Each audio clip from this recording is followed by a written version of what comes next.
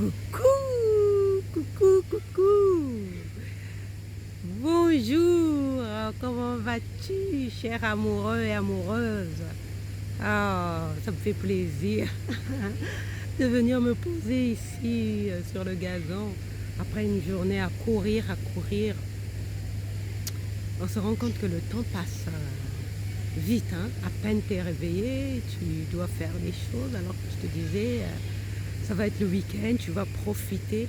Mais bon, heureusement qu'on peut profiter avec sa famille, avec ses amis et aussi de prendre soin de soi. Mais on a aussi de prendre soin de sa communauté, hein? Et ça me manquait de trouver un moment de venir me poser. Oui, j'ai pris soin de moi, je suis allée chez mon esthéticienne, hein, prendre soin de moi, me refaire une petite manucure. Et je me disais, c'est drôle, hein? Nous, la plupart d'entre nous, c'est toujours sur l'amour, hein, parce que tu sais que moi, j'aime bien parler d'amour. Hein? Parlez-moi d'amour, parlez-moi. Non, pas parler du passé, non. Je ne veux pas parler du passé parce que pour moi, le passé est révolu aujourd'hui. Je suis vraiment une autre personne et c'est tellement agréable d'être dans la peau de cette autre personne que je suis. Et quand j'y pense, je réalise que je suis une autre personne, rien que quand un truc banal comme le choix de la couleur du vernis. Il y a quelques années, j'aurais jamais imaginé que je me mettrais du vernis vert, jaune. Franchement, je trouvais ça d'une excentricité. Je vais y arriver. Je me disais, mais ça ne me ressemble pas. Mais justement, aujourd'hui, j'ai envie vraiment, enfin, c'est pas j'ai envie, je réalise que je fais des choses qui ne me ressemblent pas d'habitude. Et pour moi, c'est bon signe. C'est bon signe, ça veut dire que je suis vraiment une autre personne. Une autre personne, pas une autre personne juste pour le plaisir d'être une autre personne. Une autre personne qui se bonifie dans la meilleure version de soi-même. Une personne qui ose des choses pour voir ce que ça va donner et tout simplement le changement, quoi. C'est le changement, j'ose être une nouvelle personne, j'ose faire des trucs que je n'ai jamais fait. Mettre du vernis vert, rouge, vert, jaune, c'est quelque chose que je n'ai jamais fait. Et je me suis dit, pourquoi pas? Et je trouve que c'est très agréable. Donc, bon, aujourd'hui, je ne suis pas là pour parler de vernis, mais je voulais parler justement par rapport aux relations amoureuses. Hein? J'ai accompagné mon ami à Ikea tout à l'heure, parce qu'elle déménage, elle a finalement trouvé son appartement, elle déménage, et faire quelques achats, et il se trouve que ce qu'elle a acheté, c'était des outils de bricolage. Et elle me disait avec un air entendu, oui, mais c'est pas moi qui vais bricoler, c'est mon chéri, il sert à ça, lui. Et ça m'a fait sourire parce que je me suis souvenue à une époque, et peut-être que toi tu es dans ce cas aussi, à une époque, je me suis mise à vouloir vraiment être avec un homme parce que je réalisais tout ce que j'avais à faire dans la maison comme bricolage et qu'il n'y avait personne pour m'aider.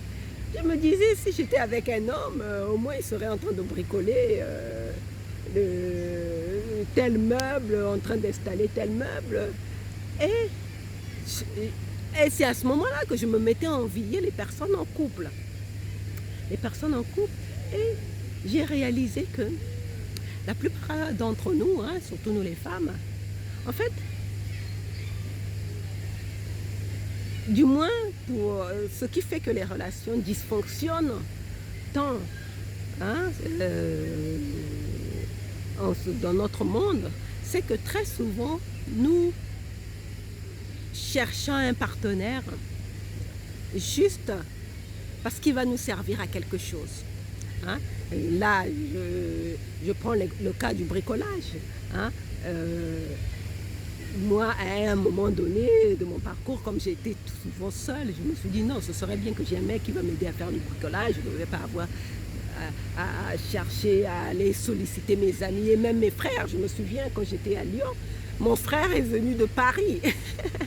Mon frère est venu de Paris, il a pris la route pour venir m'aider à aménager, à refaire la peinture dans mon appartement.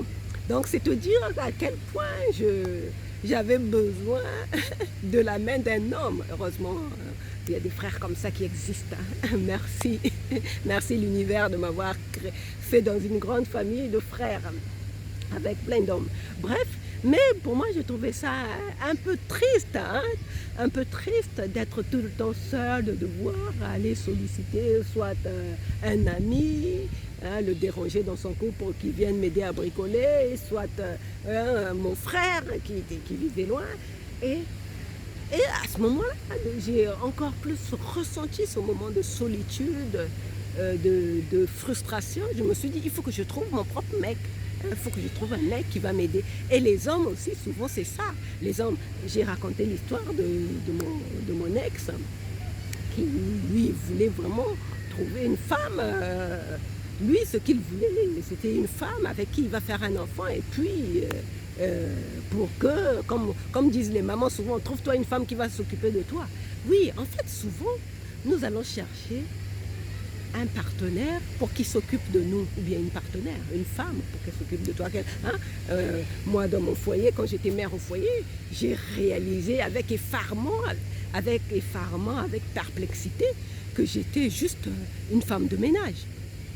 J'étais une femme de ménage. Et ça augmentait encore plus ma frustration, d'autant plus que c'était pas quelque chose que j'aimais faire. J'étais pas vouée à faire des tâches domestiques. J'étais une femme de ménage et puis, hein, une sorte, pour dire les choses crûment, une forme de prostituée, parce que la nuit, il fallait assurer aussi. Mais à part ça, il ne se passait rien. C'est d'ailleurs pour cela que la relation s'est terminée. Il ne se passait rien de vraiment consistant dans cette relation. Donc, mais pourquoi j'en suis arrivée dans cette situation-là? Parce que je suis la première responsable, comme j'aime toujours dire, je ne suis la victime de personne. La première responsable, c'est moi. Je suis la première responsable dans cette situation. Parce que, à l'époque, supportant mal la solitude, et voyant les années qui passent, me disant qu'il est temps que je me calme, je veux vraiment être avec quelqu'un, je me suis trouvée, je me suis accoquinée un homme qui ne me convenait pas du tout. Et les hommes, pareil, ils vont chercher une femme qui, juste comme dans ce cas-là aussi, juste pour avoir une femme à la maison, qui va s'occuper des tâches domestiques. C'est pas ce à quoi la relation sert. Hein. La relation, elle ne sert pas à ça. Et nous tombons très très souvent dans ce piège, et surtout nous les femmes, quand nous tombons sur un homme qui nous dit, ça j'espère pour toi que tu tomberas plus, ou bien si tu es tombé dans ce piège, peut-être que tu as pu recalibrer les choses, recadrer les choses dans ton couple et que ton couple est devenu fonctionnel. Sinon, ça c'est le grand piège dans lequel nous tombons, qui crée des couples dysfonctionnels, c'est que on rencontre un homme qui nous dit t'en fais pas, je vais m'occuper de toi. Je veux m'occuper de toi. Ah, ça c'est une chanson. Ça c'est la seule chose que nous, les femmes, nous aimons entendre. Je vais m'occuper de toi. Et moi, je suis très souvent tombée dans ce piège. Je vais m'occuper de toi parce que pour moi, c'est ce que j'attendais d'un homme, qu'il s'occupe de moi. Mais c'était une erreur. Pourquoi? Et puis surtout, je te recommande, hein, c'est juste un conseil, si tu entends un homme dire « je vais m'occuper de toi », interroge-toi et surtout, reste sur tes gardes.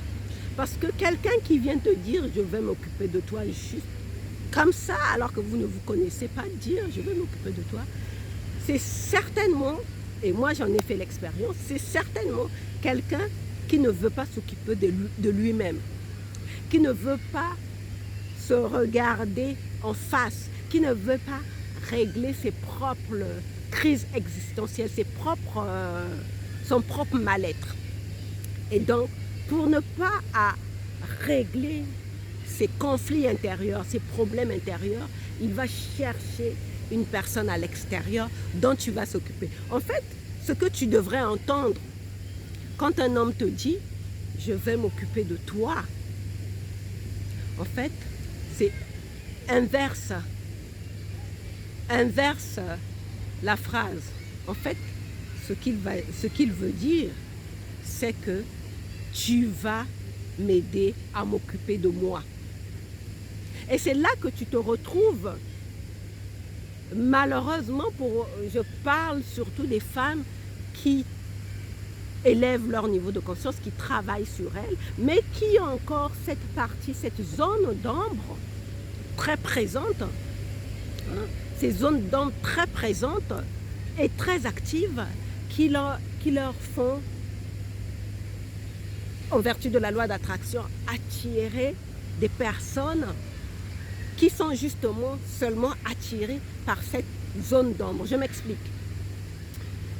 Tu peux être une personne qui travaille sur toi, qui travaille dans le développement personnel, mais tu as encore beaucoup de zones d'ombre. Et parmi tes zones d'ombre, comme c'était mon cas, c'est que j'étais encore très vulnérable, comme dans mon passé. Dans mon passé, j'avais beaucoup souffert de dépression. Donc, il y avait encore cette part d'ombre de l'ex-dépressive qui voulait qu'on prenne soin d'elle, qui était incapable de se prendre en charge toute seule et qui demandait de l'attention de l'extérieur. Et dès que j'ai entendu quelqu'un me dire « je veux prendre soin de toi », pour moi, ça a résonné. Parce que c'était peut-être une partie de moi dont je ne voulais pas prendre soin, peut-être une partie de moi aussi qui m'effrayait. Donc, j'ai voulu que quelqu'un d'autre en prenne soin. Et c'était ça le piège, c'était ça le gros piège. Et comme je disais, l'ego répond toujours en premier. Or, cette partie d'ombre est un reflet de notre ego. Hein? L'ego, c'est notre partie qui a peur, c'est notre partie qui suspecte, c'est notre partie qui est méfiant, c'est notre partie qui est orgueilleuse. Enfin, c'est toute cette zone d'ombre de notre personnalité là qui constitue l'ego et qui souvent, pour se cacher, va porter un masque. Justement de bien-être, je suis bien dans ma vie, je suis indépendante, je fais ce que je veux. Mais en fait, c'est un masque parce qu'il y a cette partie-là qui n'est pas encore guérie et qui, très souvent, quand tu n'y prends pas garde, te fait attirer les mauvaises personnes. Et c'est ce qui m'est arrivé. Donc, moi, j'avais cette partie inconsciemment, parce que c'est pas conscient, c'est jamais conscient. C'est jamais conscient, parce que surtout quand tu travailles sur toi, c'est jamais conscient, c'est toujours inconscient. Et moi, dans mon cas, j'avais déjà bien entamé mon processus de guérison, hein, dans l'amour en soi. J'étais vraiment dans ce processus de guérison, mais il y avait encore ces grandes zones d'ombre qui causaient ma vulnérabilité. Et donc, étant donné que je voulais vraiment être avec quelqu'un, pourquoi je voulais être avec quelqu'un? Pour les raisons que j'ai évoquées, pour qu'il m'aide à faire ci, pour qu'il m'aide à faire ça. Et donc, moi-même, ce sont des choses que moi-même, je n'avais pas le courage de faire ou je ne voulais pas trouver des solutions par moi-même. Et quand c'est comme ça, comme l'ego, comme tu veux vraiment, c'est ça le piège, tu veux vraiment être avec quelqu'un, tu veux vraiment être avec quelqu'un pour ces raisons-là, hein, que quelqu'un s'occupe de toi. C'est ça en fait. Hein. Tu regardes ta maison avec toutes ces choses à bricoler, tous ces bricolages à faire, ces meubles à monter, cet évier qui est bouché, il faut réparer tout ça. Tu te dis, ah, ce serait bien que j'ai un homme, hein. Ce serait bien que j'ai un homme dans ma vie. Hein, lui, au moins, il pourrait faire ça. Et l'homme aussi, il voit tous les soirs, il doit rentrer, faire sa bouffe tout seul. Le week-end, il doit faire le ménage, il doit tout. Ah, lui aussi se dit, ah, ce serait bien que j'ai une femme. Donc, on cherche le partenaire pour qu'il puisse venir régler les choses que nous-mêmes, on ne veut pas régler. Parce que pour nous, on pense que c'est à l'homme de le faire ou soit c'est à la femme de le faire. Et c'est là la grosse imposture. C'est là que la grosse imposture arrive. Et donc, c'est ça notre faiblesse, notre zone d'ombre là, qui va, en vertu de la loi d'attraction, nous attirer ce partenaire qui, quand il va dire la phrase magique, parce que pour moi c'était ça la phrase magique à l'époque, hein. C'était ça la phrase magique. Je vais m'occuper de toi. Waouh, dès qu'un homme me disait ça, je vais m'occuper de toi, pour moi j'étais dit ouais, yes, c'est vraiment un type bien. Il veut vraiment me prendre en charge. Mais c'est un leurre, c'est un piège, c'est une imposture même. C'est une imposture. Parce qu'une personne qui vient te dire que je vais m'occuper de toi, en tout cas, au stade où j'en suis aujourd'hui, je vais prendre mes jambes à mon cou. Pourquoi? Parce que au stade, au niveau de conscience où je suis, une personne qui a élevé sa conscience, qui a conscience des choses, ne va jamais prendre cette responsabilité-là de s'occuper d'une autre personne. Parce qu'elle a bien conscience que ce que la personne n'a pas réussi à régler elle-même, ce n'est pas à elle de régler ça à sa place. Tu ne peux pas t'occuper d'une personne, tu ne peux pas venir prendre cette lourde charge de t'occuper de la personne. Parce que cette personne est responsable du merdier dans lequel elle s'est mise. Cette personne est responsable de la situation qu'elle vit. Donc ce n'est pas à toi de t'en occuper. Et souvent quand une personne va te dire je vais m'occuper de toi, ça ne sera jamais assez. Et je te le dis en connaissance de cause parce que mon ex-partenaire justement, j'étais charmée par cette phrase qui pour moi apparaissait magique à l'époque. J'ai été charmée par ça. Et à un moment donné de notre relation, quand je voyais qu'il n'assurait pas ce que j'attendais de lui, parce que comme il avait dit qu'il allait s'occuper de moi, quand je voyais qu'il n'assurait pas, je le lui reprochais. Je lui disais, mais tu avais dit que tu t'occuperais de moi.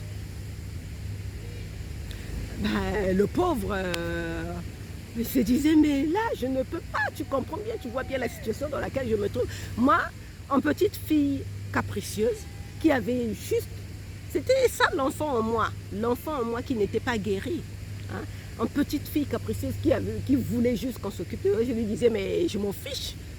Toi, tu avais dit que tu t'occuperas de moi. Tu vois que c'est un piège, c'est une erreur de vouloir, d'attendre de l'autre qui s'occupe des problèmes de toi, des problèmes dans ta vie que tu n'as pas pu régler. Et il ne pourra jamais le faire à ta place. Si toi, tu n'as pas pu régler tes problèmes, lui, il ne pourra pas régler tes problèmes à ta place. Ça, c'est la grosse imposture, que ça soit un problème financier, que ça soit un problème matériel, comme, je ne sais pas, payer le loyer ou bien acheter une maison, j'en sais rien. Que ça soit un problème existentiel ou de conseil, c'est pas à cette personne. Moi, dans mon cas, par exemple, pour cet ex-partenaire, je me suis retrouvée en train de jouer les psys. Quand je te dis, quand une personne qui te dit « je veux m'occuper de toi », entend plutôt « je vais m'occuper de toi », entend plutôt « je veux que tu vas m'aider à m'occuper de moi ». Voilà, c'est ça en fait.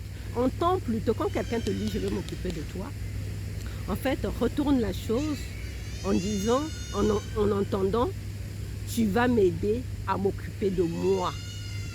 C'est ça que tu vas entendre, c'est ça que tu vas réellement entendre si tu es conscient. Hein? Je le répète, quand un homme ou une femme te dit « je vais m'occuper de toi », entends plutôt « tu vas m'aider à m'occuper de mes problèmes, de moi, tu vas m'aider à m'occuper de moi ». Et tu vas voir, c'est un classique, c'est ce qui se passe. La femme, l'homme qui dit à une femme, je vais m'occuper de toi, et généralement, surtout nous dans notre communauté, généralement c'est sur le plan matériel. Et quand il n'arrive pas à faire ça, il va se poser en victime et toi, tu vas te retrouver à jouer les bonnes mamans, les psychologues, les grandes sœurs, enfin tout ce qui est dans le sens de la mère qui comprend tout. Tu vas te retrouver à jouer la maman en fait. Et dans l'autre sens, la femme qui dit à un homme, je vais m'occuper de toi, en fait, lui aussi, il va se retrouver à jouer les financiers parce que cette femme s'occupe tellement bien de lui, matériellement, comme faire la cuisine, faire l'amour, enfin bref, toutes les choses pour lesquelles les hommes vont, sans vraiment être dans l'esprit d'amour, dans l'amour, vont aller chercher chez une femme, mais ils vont se retrouver à jouer les banquiers. Et souvent, ça va arriver à des reproches, ça va arriver à du mépris, ça va arriver dans des situations où on se reproche des choses, on se traite avec mépris. C'est ça, parce que la femme qui s'occupe bien, moi j'ai vu ça dans mon entourage.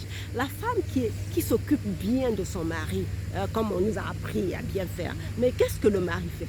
Le mari, il va vider. Moi je connais de mon entourage un couple où la femme s'est tellement bien occupée de son mari au point d'être la maman.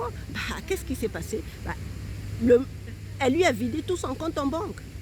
Tout son compte en banque. Donc, quand elle dit je vais m'occuper de toi, je ne sais pas si dans son cas c'est ce qu'elle a dit, mais implicitement quand la femme dit je vais m'occuper de toi, en fait, tu entends, tu vas m'aider à m'occuper de mes problèmes. Tu vas m'aider à m'occuper de mes problèmes. Donc, dans le cas de la femme, l'homme, il s'est retrouvé à devoir régler tous les problèmes financiers de la femme. Tout ce qu'elle avait créé comme merde financière, des découvertes, des crédits, des dettes, c'était lui qui s'est retrouvé à s'endetter, à finir son compte en banque pour cette femme qui lui promettait de s'occuper de lui. Tu comprends? Et à contrario aussi, un homme, donc dans mon cas par exemple, l'homme avait dit qu'il allait s'occuper de moi, mais moi je me suis retrouvée à m'occuper de ses problèmes psychologiques, existentiels, à être la psychologue. Parce qu'il se mettait tellement en position de victime que j'étais, moi, en train de régler ses problèmes existentiels. Donc c'est dans ce sens-là que je te dis, si quelqu'un te dit, que tu sois une femme, que tu sois une femme, que tu sois un homme. Bon, les hommes peut-être que c'est ce qu'ils recherchent, vu le niveau de conscience actuel des hommes, surtout dans la communauté africaine. C'est peut-être ce qu'ils recherchent, une femme qui s'occupe d'eux, et c'est peut-être un bon deal de pouvoir vider ton compte en banque pour t'occuper d'une femme. C'est peut-être ton deal à toi, c'est un bon deal, c'est peut-être ce qui te convient. Mais ce que j'observe, c'est que les femmes, elles ne veulent plus être dans ce rôle-là parce qu'elles ont acquis leur autonomie financière, donc elles ne veulent plus être dans ce rôle. Donc, toi, si tu es une femme et que tu entends un homme te dire « je vais m'occuper de toi », toi, en tout cas, dans mon cas, moi, je prendrai mes jambes à mon cou. Déjà, pour commencer, je vais prendre mes jambes à mon cou et secondo, je vais me dire, oulala, celui-là, c'est un psy c'est un psy dont il a besoin parce qu'il ne veut vraiment pas s'occuper de ses problèmes, d'où il a compris que j'avais besoin qu'on s'occupe de moi. En fait, c'est ça. La personne, en fait, voit ta vulnérabilité. Il ne voit, comme on dit, on ne voit que ce qu'on connaît. Puisque la personne elle-même, elle est vulnérable.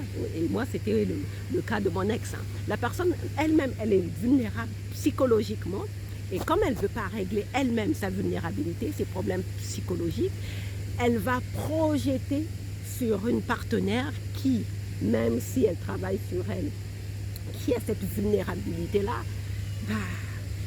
le fait qu'il ne veuille pas s'occuper de lui, s'occuper des problèmes de l'autre. Donc toi, tu ne veux absolument pas avoir affaire à ce genre de partenaire. Tu veux vraiment être la personne qui prend totalement soin de toi-même, qui ne cherche pas un partenaire. Voilà, donc la discussion était partie sur le fait qu'on cherchait un partenaire pour régler nos problèmes.